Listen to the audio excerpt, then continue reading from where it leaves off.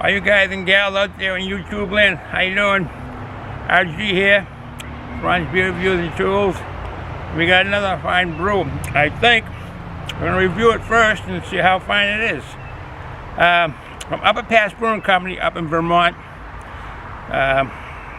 South Royalton, Vermont. It's basically right in the dead middle of the state, on Route 89. If you're going up to Montreal, Canada, or Canada, it's on Route 89, halfway up the state of Vermont. All right, we did one of these. You probably might have seen it on my channel, Upper Pass. I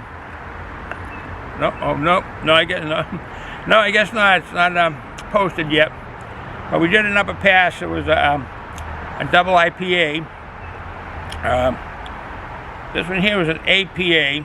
APA is a pale ale, and it's 5.9% alcohol by volume, 65 international beer units. Might be kind of bitter on this one here. I do less talking.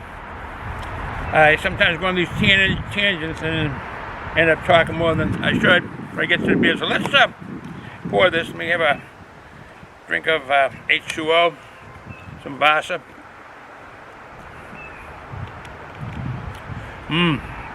Some water. Alright, get to the brew. Let's crack this open. Hope you're all having a fine spring and beautiful weather here in eastern Massachusetts. Sun has been out. We've gotten some rain. Rained a little last night and the night before. There you go. Orangey, kind of dark orange, or dark gold. And that's a first drop. It does have, for the hops in it, double dry hops with AZACCA, CENTENNIAL, MOSAIC, and CITRA hops. Those are some really fine hops. It should be looking like, tasting like, smelling like a New England juice bomb. All right, on this first drop, as I mentioned, 5.9% alcohol by volume. I did mention Upper Pass Brewing Company is in Royalton, Royalton, Vermont. This, though, it was contracted to Von Trapp Brewing Company in Stowe, Vermont. That's a nice thing. A lot of breweries do that when they're busy or not busy or too busy and contract it out. This is the American Pale Ale. That's what the APA, American Pale Ale. For lots of words when I was seeing the APA. We have a phone number in the above my head, 802-763-0010. I don't know if that's the beer hall or the office, but give them a call if you have any questions or anything dealing with the brewery or this brew, if you should get it. The AZACCA hops have a real nice fruity flavor. They come from Yakima Valley, and they had that tropical fruit flavor they burst out with, really a citrusy, juicy kind of hops, mango. That's the AZACCA hop, AZACCA, that's in this brew here. And it really, that profile of that hop is really nice. The other thing is, it has Golden Promise, and it's one of the malts. The other is a Pilsner malt. Pilsner malts are nice, kind of give that somewhat of a dank flavor of the German brews that go in the direction of it's a lager, but it's under a title kind of like Pilsner, branch from the lagers. Well, that Golden Promise malt does give off some bits of caramel flavor, a little bit of sweetness of the caramel kind of will come through. Well, nothing else to say, so let's get to the brew. Yeah, those AZACCA hops are really nice. fall in line of the Simcoe, the citrus. We do grow hops here in a couple locations. Fuggles. We grew them over there, and over here I haven't been really paying attention to them, and I should. But and Cascade hops. Sorry, my mind's. We grow two types of hops, Cascade and Fuggle hops, and I've used them quite a bit.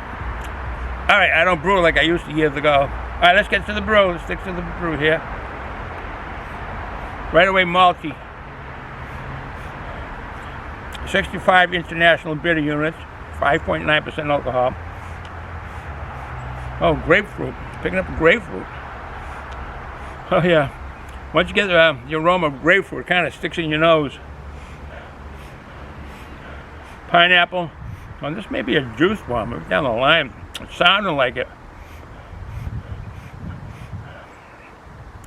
All right. Cheers.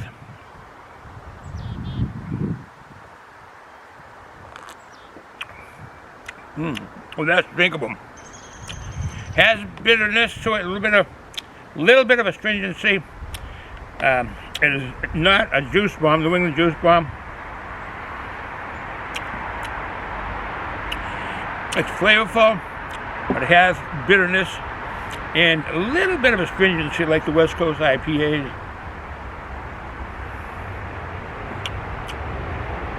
The mouthfeel is light.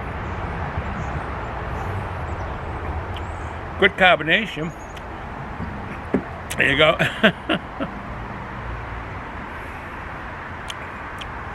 It comes across as a juicy type of pale ale. Even getting taste of peaches, sweetness of peaches.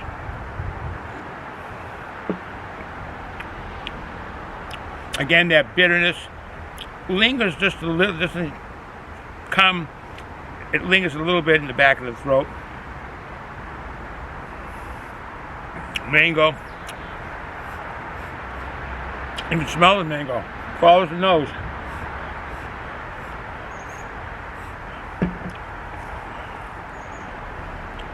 Centennial hops in this.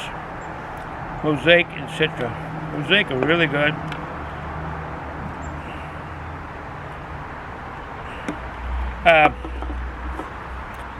Well, I say this is the second one I've had from Upper Pass. Actually, both of them, this one and the one that I reviewed, I don't know, a few days ago, from my son. He gave me a handful of brews, and he lives up in New Hampshire, access closer to Vermont, and up at those states up there.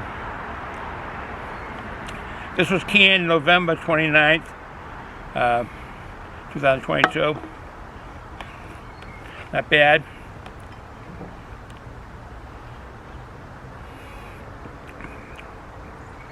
Very drinkable.